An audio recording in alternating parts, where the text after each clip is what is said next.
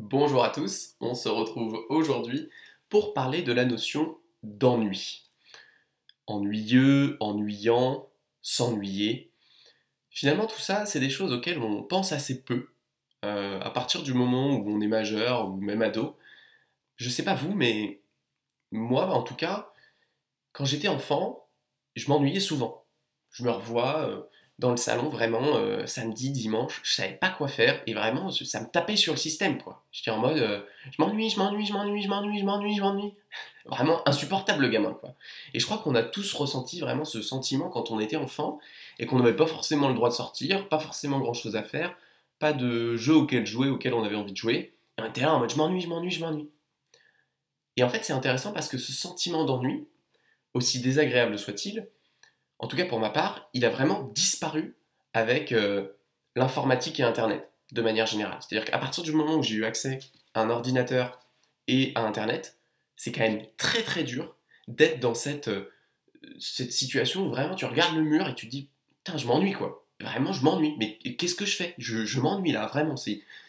Limite, t'as l'impression que c'est une activité profonde, quoi, alors que tu fais rien du tout. Et en fait, ça, on le perd totalement.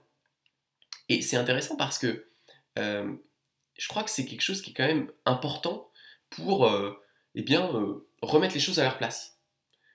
Ce que je veux dire par là, c'est qu'on sait bien que l'ennui, finalement, c'est une manière aussi de reprendre goût à ce qui nous plaît. C'est un peu comme manger après que vous ayez faim, il n'y a rien de meilleur. En fait, s'amuser après s'être ennuyé, il n'y a rien de meilleur.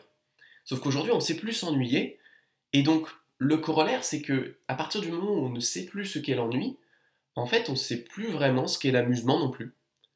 Et en fait, on se retrouve dans cette espèce d'entre-deux, très monolithique, très linéaire, et au lieu de un jour je m'ennuie, un jour je m'amuse, on voit une situation qui se développe.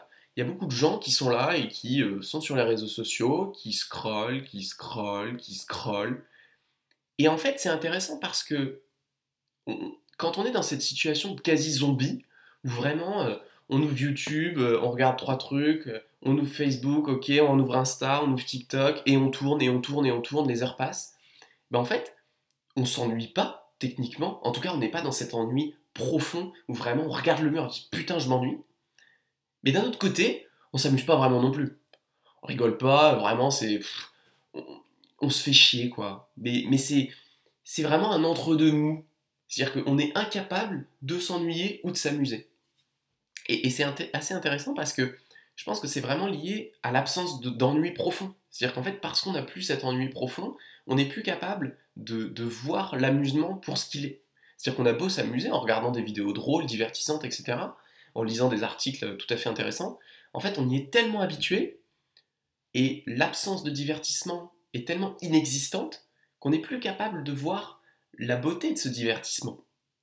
Et en fait, on est coincé effectivement un peu comme quelqu'un euh, qui n'aurait plus les ombres. C'est-à-dire qu'en fait, si je vous mets une lumière blanche dans la gueule et que vous gardez la lumière blanche dans la gueule H24 pendant un an, en fait, vous voyez plus la lumière, vous voyez plus rien en fait. Vous voyez plus de lumière, vous voyez plus d'ombre, vous voyez plus de couleur. Et ben, en fait, c'est un peu ça. Là, en fait, on est tellement bombardé en permanence de divertissement que on n'est plus capable de voir c'est quoi le divertissement, c'est quoi l'ennui. Alors, qu'est-ce qu'on fait face à ça? C'est assez compliqué.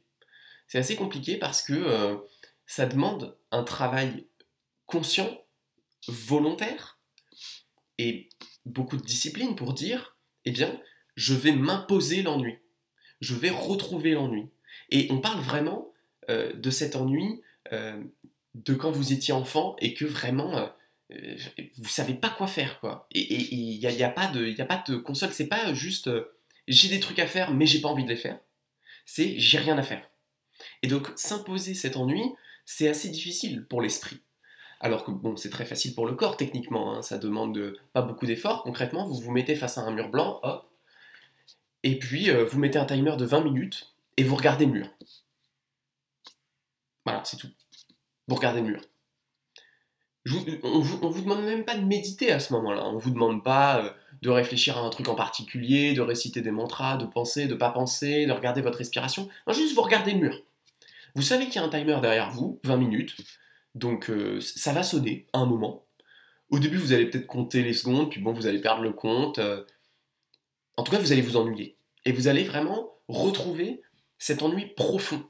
Et en fait, c'est intéressant parce que même à très petite dose, retrouver cet ennui profond, eh bien, il va donner du relief à tous les divertissements auxquels vous avez accès. C'est-à-dire qu'en fait, 20 minutes plus tôt, bah, vous aviez accès à tous vos jeux sur Steam, toutes les vidéos sur YouTube, toutes les pages Wikipédia que vous voulez. Euh, mais vraiment, vous vous dites, flemme quoi. Flemme de m'amuser quoi. Vraiment flemme de m'amuser.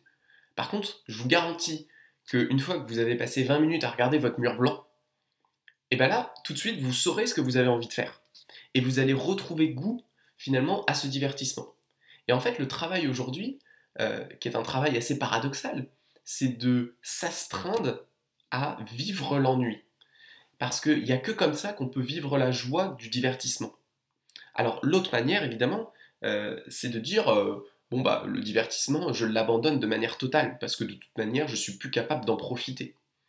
Euh, c'est une manière de faire les choses, effectivement. Néanmoins, je pense que c'est un chemin qui est très compliqué à adopter et qui est très largement extrémiste et inatteignable pour la plupart des gens. Mais franchement, voilà, regarder un mur blanc pendant 20 minutes, c'est à la portée de tout le monde. Et si franchement ça vous permet de redonner des couleurs à votre dimanche après-midi dans lequel vous n'aviez rien prévu de faire et que de toute manière vous saviez pas vraiment quoi faire, eh bien c'est pas du tout une perte de temps. Et pour moi, l'ennui, vraiment, c'est devenu quelque chose d'assez intéressant, euh, c'est une fierté, en fait, pour moi, de s'ennuyer. Déjà, c'est une réussite. C'est pour moi un marqueur de succès. Parce que celui qui s'ennuie, déjà, c'est quelqu'un qui n'a pas besoin de se tuer à la tâche pour survivre. Donc déjà, ça, on peut s'en féliciter, ou en tout cas, même si on n'est pas forcément la source de cette conséquence, on peut être reconnaissant de vivre dans un pays où on n'a pas besoin de se tuer à la tâche 14 heures par jour pour avoir un toit, boire et manger. Déjà ça, on peut en être reconnaissant. Et au-delà de ça, eh bien, on peut effectivement reconnaître l'ennui comme étant une fierté, comme étant un peu une reconnaissance de l'âme. C'est-à-dire qu'en fait, euh, on pose notre esprit à un moment et on dit, bah voilà, je suis là, maintenant, j'ai pas grand-chose à faire, alors je vais faire rien. Et je vais le faire activement. C'est-à-dire que je vais pas rien faire, genre je regarde une série, en même temps je regarde mon téléphone, en même temps je réponds à un SMS, en même temps j'écris un bout d'article. Non, c'est vraiment je fais rien de manière totale, de manière fondamentale. Et ça change vraiment tout. Parce que c'est assez intéressant de voir comme on a subverti l'ennui dans le langage courant, c'est-à-dire qu'on dit ah t'as fait quoi ce week-end? Bon, j'ai rien fait. En fait c'est pas vrai. Enfin, dans 99,99% des cas, quand on dit j'ai rien fait, ça veut dire ouais, je suis resté chez moi, j'étais sur l'ordi, j'ai regardé la télé, bon, j'ai commandé de la bouffe, voilà. Mais ça, c'est pas rien faire. C'est pas du tout rien faire. Vous avez constamment fait quelque chose, au contraire. Donc c'est intéressant de retrouver la définition de l'ennui originel et de s'y confronter, de le vivre, pour pouvoir effectivement redonner du relief à tout ce qui n'est pas l'ennui finalement, tout ce qui est la surprise, tout ce qui est le rire, tout ce qui est la rencontre. Je pense que l'ennui effectivement c'est un sujet que je vais continuer de travailler et d'approfondir parce que je pense que c'est un vrai potentiel. N'hésitez pas à me dire dans les commentaires ce que vous en pensez et c'est quand la dernière fois que vous vous êtes réellement ennuyé. Et je vous dis à ciao pour la prochaine.